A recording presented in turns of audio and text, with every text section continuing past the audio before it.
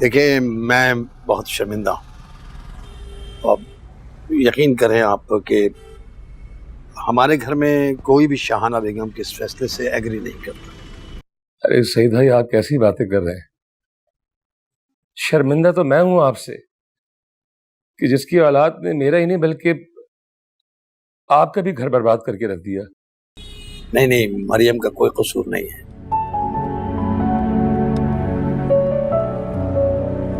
मेरी बेगम तो शुरू ही से ऐसी है।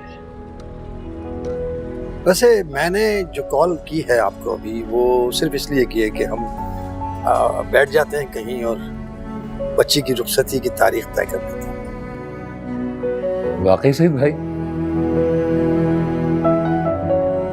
सईद भाई अगर ऐसा हो जाए ना तो यकीन माने मैं जिंदगी भर आपका एहसानमंद रहूंगा। सबा आपकी अमानत है, हम कौन होते हैं उसे अपने पास रखने वाले। हाँ तो बस ठीक है सईद भाई, फिर मैं कल ही आपसे मुलाकात करता हूँ, चक्कर लगाता हूँ आपकी तरफ। नहीं नहीं, आपका यहाँ आना मुनासिब नहीं है।